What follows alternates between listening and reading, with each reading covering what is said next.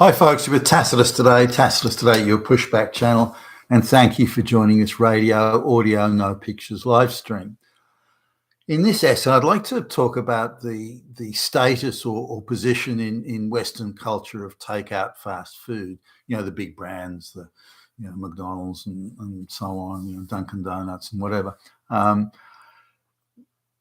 In a number of surveys that I've seen recently, not just in the United States, but elsewhere around the West, the majority, but by a considerable margin, the majority of diners, supposed, at least in the polls, say that takeout food is considered now something of a luxury, whereas it was once considered almost a daily staple or regular staple. So let's just have a look at how this happened. Now, there's a number of restaurants. If you look at again in the United States and again elsewhere as well, there's a number of these takeout food restaurant chains that are closing branches. They're wringing their hands anxiously over what to do next, how to bring the foot traffic back into the restaurants and get people buying more stuff and so on. And things that they're trying, the quick fixes they're trying, like putting gay pride flags everywhere or something, that's typically been backfiring. And it's a cheap, sleazy, hopeless way of doing it. There also been a lot of these fast food chains have been hiring, the executives they're hiring that are supposedly going to turn it around. I'm bewildered as to why you would hire those people. Some of them you wouldn't hire to sweep the floor. You wouldn't hire them as a Walmart greeter. Instead, they're being put in as CEOs and vice presidents of marketing and this sort of thing, with no plan at all, no idea at all how to arrest the decline in numbers. So they go, I know what we'll do. We'll just go super woke. Which makes things even worse. And you can look at all sorts of examples of that. But how did the rot begin? Where did it all start to come unstuck? Why they, by rights, they should be doing, all the takeout food places should be doing pretty good.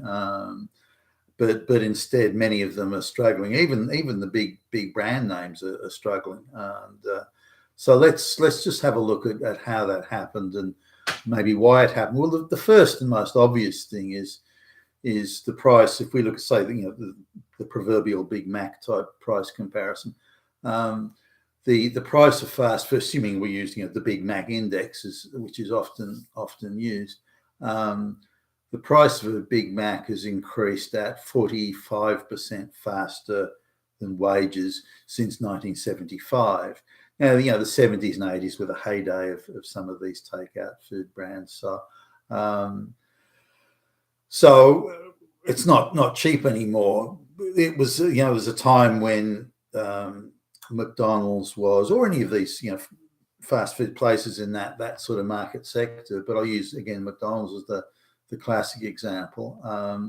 Was here we got these bright, well lit, clean restaurants, competitively priced food, excellent service, very bubbly and keen, go ahead type, like school kids, working as casuals that were there. At school, there was or shortly after, it would have been around high school, there were kids that, say, had been the year before, they'd graduated senior high school year before, and they'd been selected as a McDonald's management trainee. And this was considered with some reverence back in the day. Wow, McDonald's selected you as a management trainee. So you were thought to have very positive, energetic, capable qualities. You were there to do big things. You were there to give good service, to manage a well-run restaurant, or that sort of stuff, to ensure that the policies of quality and hygiene were upheld. And so you were considered, again, with some reverence. And I remember the first time that I went into a McDonald's store, I came away very impressed by just the quality of the service, the very positive can-do, we want to help you attitude of the staff.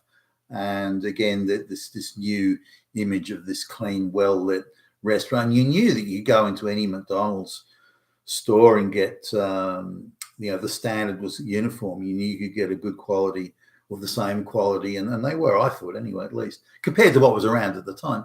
You could get a good quality burger and nice fries and all that sort of stuff, and you could get it dessert and so on, and you could get it whether you were at McDonald's in here or at the other side of the country, you could get the same quality of product. So I was and again, I'm like last year of high school, senior high school.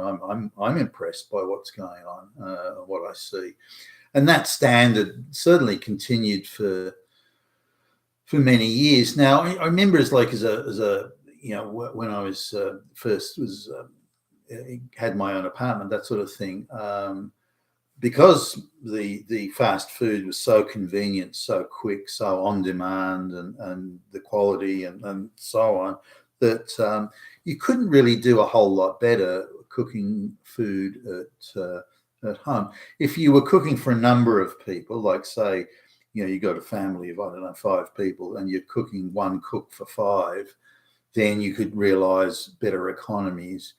But if you were like a single person or a couple, or you're working and so time is a premium, and you haven't got that time to engage in the sort of level of meal preparation that a meal for 5, 6, whatever it would entail, then it was still more economical to go to a place like a McDonald's or take out food outlet, and so you save that time and the convenience. And again, or even still today, even though it's expensive, you're going on a driving trip somewhere, you can go on a drive-through and you've got your meal there, and you're eating it in the car as you're going along. So a lot of convenience there, and you'll pay for that. So you'll pay a premium for the convenience. But the situation is different now. So if I look at the price of, say, which for a greedy guts like me, one Big Mac isn't enough, but I can buy pretty much for the same price as one Big Mac. I can buy 3 meals that will be adequate meals. This is like going to the supermarket I'm talking about here, or the grocery store. I can buy, and if I want to pay just a little bit more, I can buy like a ready cooked. It's already hot, ready to eat, a ready cooked, say, chicken or something like that.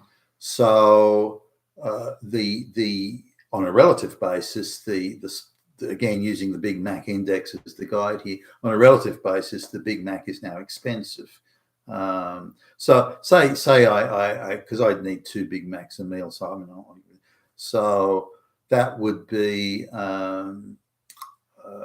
3 to 4 times more expensive than if I was to buy, say, cooked chickens, for example. Or if I got other stuff, particularly in summer where you maybe have cold cuts that you can buy straight from the delicatessen and that sort of thing. So really, it's now quite expensive by comparison. I can have a far more nutritious meal, bit of preparation time, but not a huge amount. Like a more nutritious meal for a much lower price. So the convenience factor offered by, especially getting a hot cooked chicken from the grocery store, the convenience factor has much less value now. so in terms of price and cost, and then and relative convenience, I can drive past for example, I could drive past the grocery store, pick up the cooked hot chicken and a couple of whatever, and then I've got a meal.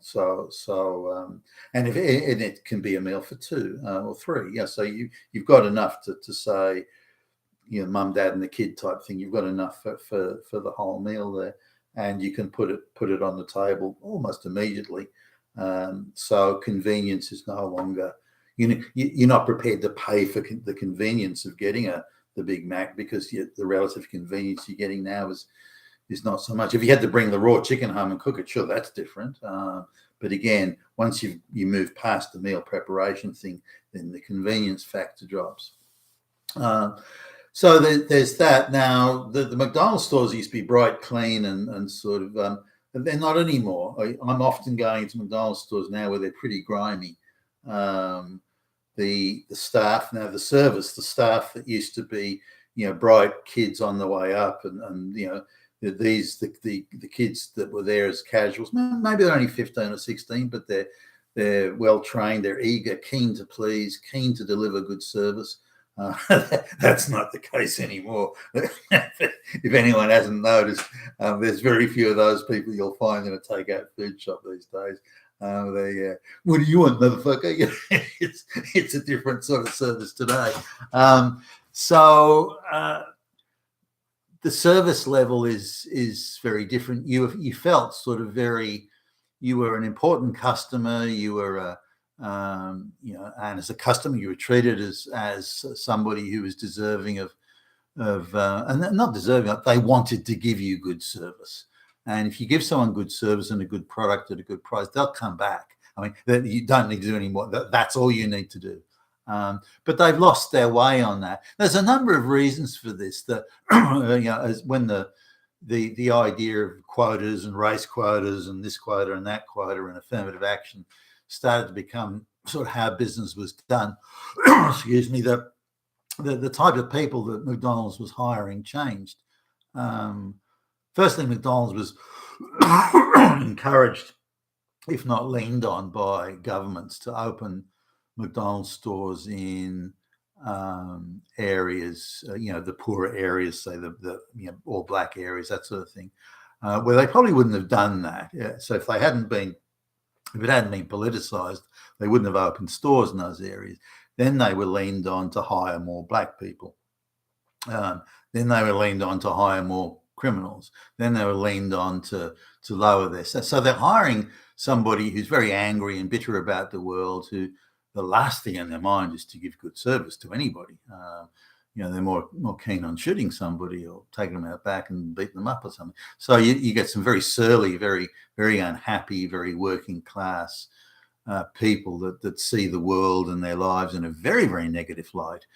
Far cry from the sort of people that McDonald's were hiring. Now, it doesn't take long when you're hiring, those sort of people from those sort of areas. It doesn't take long for the quality of service dives. But governments, whether it be local government, state government, federal government, all sorts of government agencies were leaning on the fast food chains, McDonald's among them, to hire these people. So service went downhill. Then they started leaning on this. Well, you've got to hire those people in all white areas as well. And that has now it's a slower train wreck. It's not like the instant train. It's a slower train wreck. But in the end, if you're going to uphold high standards of service, like in a university, you're going to uphold high standards of education. Once you start lowering the standard, and then you put yourself in a political vice, if you like, or a politicized vice, where you have to then say, well, if I hold that high standard of service, which is, the up and coming go ahead white kids, if I uphold that high standard of service, I can't employ any of these people that the government's leaning on me to employ. So very few of them make the grade. That I'd be, for every 100 of those people I employ, I'd be keeping 2 or 3 of them. The others that have to go, and that politically, that would be unacceptable. So in order to make room for these low quality hires, in terms of they give shit service and so on, in order to make room for these low quality hires, then we have to lower the standards that we expect of our employees, and which means we end up giving lower quality service. And this is certainly the case today, and not just in white, black areas or something like that. It's the case more so in working class areas, but again, I think it's close to universal now, where the McDonald's will pride itself saying, you know what, we hire. Look at all the black lesbians we hire. We hire people with speech handicaps. We hire people who are blind and so on.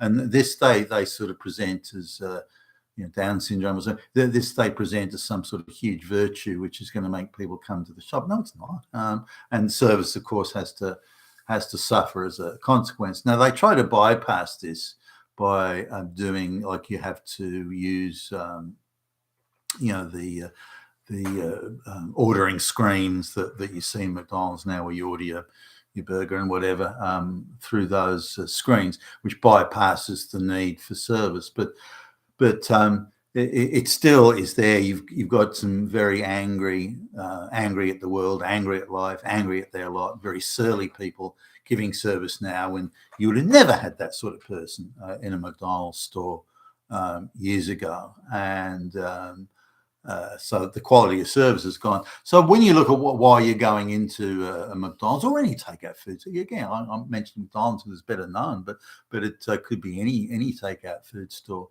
When you go in, you're going in because you get price and you get, it's a good price, convenient, and you're getting good service, and it's a clean, sort of pleasant place.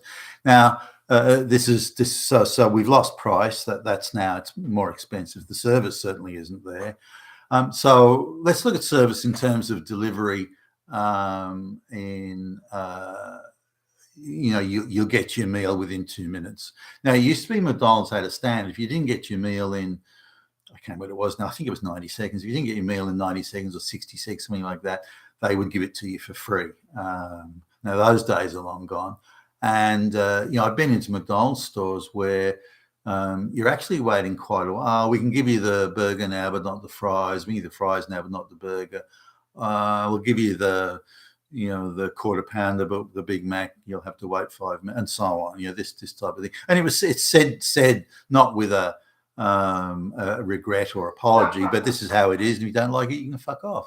And so it's said very differently to, it's presented to you as if you because you want to have a Big Mac now and they're not ready to give it to you. The problem is you in asking for the Big Mac at that time, not not that they can't give you something that's on the fucking menu. So the delivery of service, and so I went and got breakfast at a Big Mac, like the egg burger or whatever they call it, egg McMuffin, I think it is, and so they said, look, it's going to be like 10 minutes, or we can give you the ones that are in the hot plate now. And I didn't have the 10 minutes, and the reason I went there was for the convenience of it. So they then gave me it wasn't even a bacon one, I think it was a sausage one, and that had been on the burner, been on the warmer there for longer than the prescribed time, and the fucking thing tasted like a piece of shit. And so you said you wanted it, and we gave you the option of waiting 10 minutes. What's your problem? So there wasn't even an attempt to address there wasn't even, they didn't even concede that the burger was crap. But so very different service delivery, as in the time you wait. Now, McDonald's attempted to address this, as indeed did other takeout food chains, by offering various specials. There's like, if you get between 7 and 8, you can get a burger, and they'll give you a free coffee with it, breakfast burger. Or they've got lunchtime specials where you can get, I don't know, the cheeseburger and a small fries for a couple of bucks, something like that. And they had these various, which they advertise. I mean, they send me emails, for goodness sakes, advertising it in texts. So I go into a McDonald's store, or again, there's other takeout food stores I can level this complaint at. I go in there and say, okay, well, I'll have the lunchtime special, the whatever. Oh, what? What special? What are you talking about? Well, the lunchtime special, it's advertised on your website. I don't know anything about it. What website? What do you know?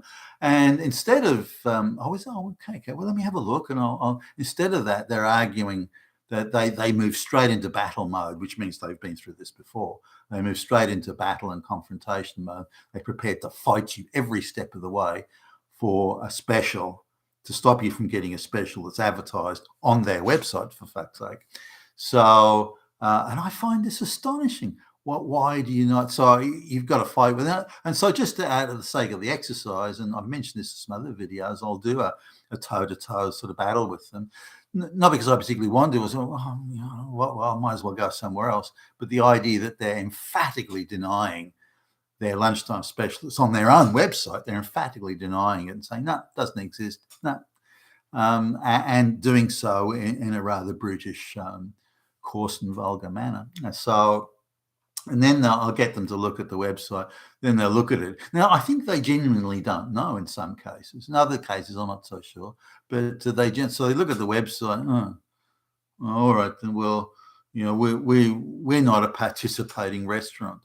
So, and if you look at the fine print at the bottom of all these adverts, the claim is that these specials are only available at restaurants that choose to participate. Now, there's no way you can identify in advance which are or which are not participating restaurants. So you go into the restaurant to get the special and go, no, we're not a participating restaurant. And they look at you with that sort of screw you type look. So even getting the specials that are advertised and is next to impossible. And it's a very rando event, or they'll have 10 items on the lunchtime special, and you'll get a shrug. The only one we've got is the only special we've got is the ice cream or something like that. And what about the others? No, we're not doing that today. And again, no effort to try and have standardized service or quality of service.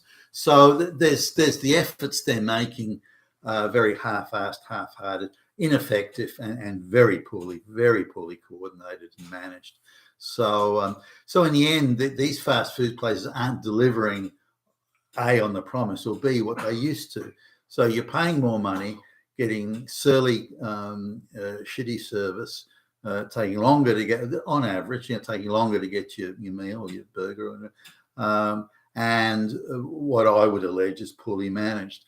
And also, you just don't get the, I've sort of, some of the store managers, like a store manager at McDonald's used to be like, whoa, there was a certain reverence about a McDonald's store manager or a franchise owner, as the case may be. Jesus, not anymore.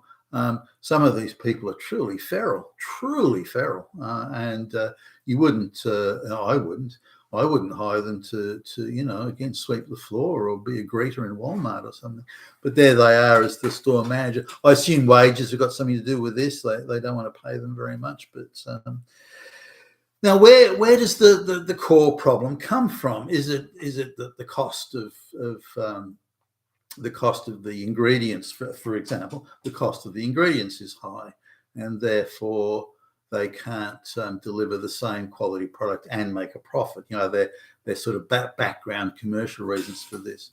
Well, why, again, we come back to why has the price of takeout food increased at a faster rate than the cost of food does in the grocery store? Why has it increased at a much faster rate than wages? So they can't say, it's the wages. We have to pay high wages. That's the problem. No, it's not. That's not it. Is it is it the cost of the food ingredients? No, I've had a bit of a dive into that, so I don't think that's it. So is it if they got too many employees there or something, is there not the rate per hour or cost per employee? They've just got too many people. Are they being leaned on by governments to hire a ton of people they don't really need, just to as part of some affirmative action quota system or something? So I think there are two things. I think the McDonald's pricing structure and profit distribution structure was the bedrock of it was built around real estate prices, and given those prices have gone through the roof, I think that's thrown the modelling of profit and profit distribution out the window, and they're going to have to look at another model because no one anticipated that real estate prices, the leasing of the property that the store is on, no one anticipated that the real estate prices would increase at 3, 4, 5 times the rate of wages or overall, many times the rate of inflation. So the cost of a block of land that a McDonald's store may have been on, in 50 years ago, 20 years ago, even 25 years ago, that piece of land is now worth vastly more than it ever was, and way ahead of all other costs that are going. So the price of real estate's gone through the roof, and along with it, the relative cost of servicing, which again feeds back into their model of profit and profit distribution. So I think they have to then go back to the drawing board and redo that profit modelling and move it away from a property pricing, property leasing model, and move it back into something that focuses actually on the products and the service they're attempting to deliver, in this case, food, of course.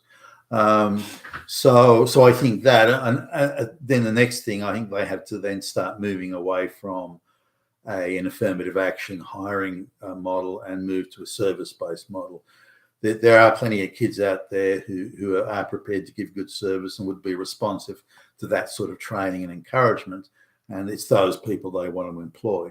Now that means they're going to be overwhelmingly white. They're going to come from, better off families, and so on, which would run counter to the so-called social equity programs now.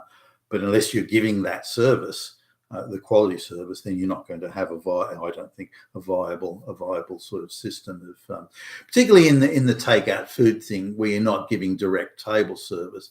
Because in a direct table service model, you get the option, certainly in the US and in some places else, the option of giving, say, a tip for good service. And if the wait staff look after you and make sure you get what you need, they get well tipped.